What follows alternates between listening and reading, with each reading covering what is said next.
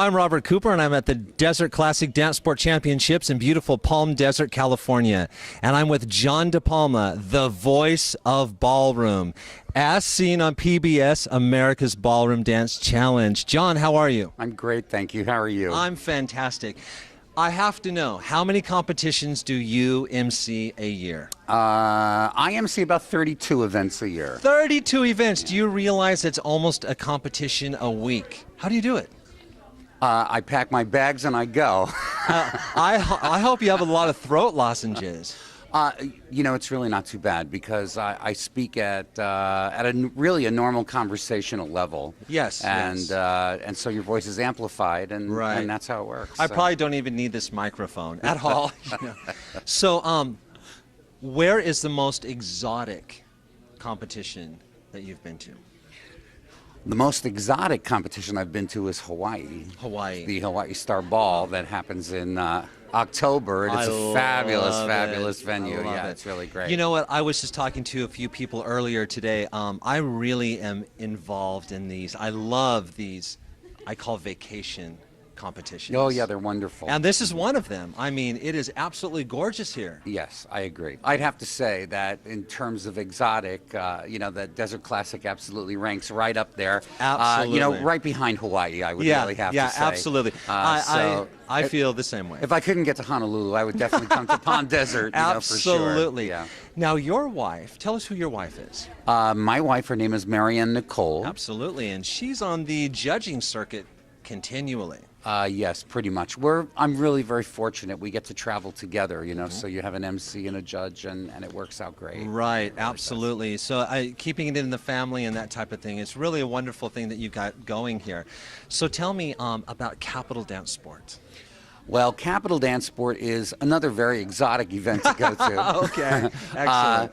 And it is in exotic Washington, D.C., Metro Washington, D.C. So it's the location is in Alexandria, Virginia. Beautiful area. So right across the Potomac, you can see the Capitol right from our venue. And it's our event. It's very, very exciting, packed full, 3 days, high caliber dancing, just like you see here at Desert Classic. Great pro-am dancing, terrific professional dancing. It's right before the United States Championships, so it's kind of the last hurrah on the East Coast before the Nationals. So tell me, how do you see, or what have you noticed the changes over the years in the ballroom dance arena? What's changed over the last 10, 15 years? In terms of... Well, size. Obviously, they're having a record entry this year. You know, it's wonderful. It's really wonderful. It's very interesting, and we're seeing an uptick in competitions throughout the country. Everybody is up. That's a wonderful sign. Whether it's a great sign in terms of the economy or just the fact that people really need to have fun. There's so many serious things that are going on in life. Absolutely. Let's keep the dancing going because it just adds that extra dimension of you know, what it's all about. It can't be serious all the time. It's got to be challenging and fun too. What's also exciting to me is to have the IDSF event here and to see all these younger people getting involved in dancing.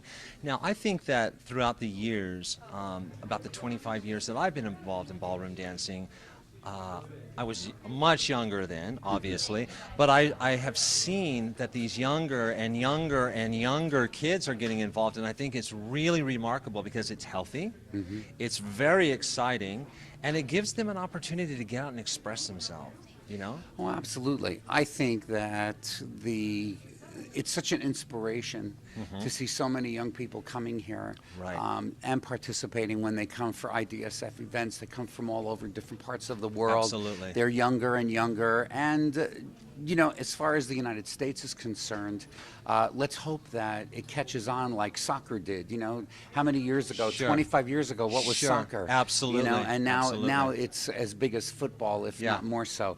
So I'm really hopeful that the same thing is going to happen with ballroom dancing because it's not necessarily it doesn't carry the same kind of popularity in the United States, Right. even though it should. I agree. I agree with you. At so many different levels, for discipline and respect and health and fitness and artistry and sportsmanship, and it really is, I think, the consummate thing. Everybody Right. should do it. Absolutely. Well, you know, I was interviewing Linda Wakefield earlier, and of course, she and Lee head up that fabulous program at Brigham Young University. Yes. I had the opportunity of dancing myself there many, many years ago, and dancing on their Latin team. And it's amazing to me to hear about the high schools that have ballroom dance programs in Utah. Absolutely. And I would love to see that happening throughout the nation. I That would agree. be wonderful. Yeah. You know, it's a way to really, really get involved in something that's just outstanding. And even though it's not just an American type of sport, I mean, it's an international sport. And Absolutely. so when people get involved, they're like, you mean people are coming over here from Russia, and people are coming from Italy and Japan and that type of thing? So Absolutely. it opens the world to you at a very young age. Tremendously young age. I just had an experience. I was in Manhattan Okay. at the Manhattan Dance Sport Wonderful. Championships as a young couple, brother and sister. Okay. And so we were standing out there and we were talking in the lobby. And I said to them, you used to be from the New York area, weren't you? And they said yes, but they had moved to Florida. And he was 16, I believe. And she's 14, brother and sister, and they danced 10 dance together. Unbelievable. So I said, where are your parents? Oh, well, our parents are home. They sent us. Unbelievable. So I was, and they're so well-mannered, so adult. They handled themselves so beautifully. And I thought, you know, this is really another big aspect of what dancing does. I think it Sure. matures you. It puts you in different situations where Absolutely. necessarily a 14 or 15 Well, you know, wouldn't it's go. interesting too, because in my college experience, there were people that were book smart, and then there were people that were more street smart. And I think that being exposed to a different young age is also a great ambassadorship for your progression, or for just your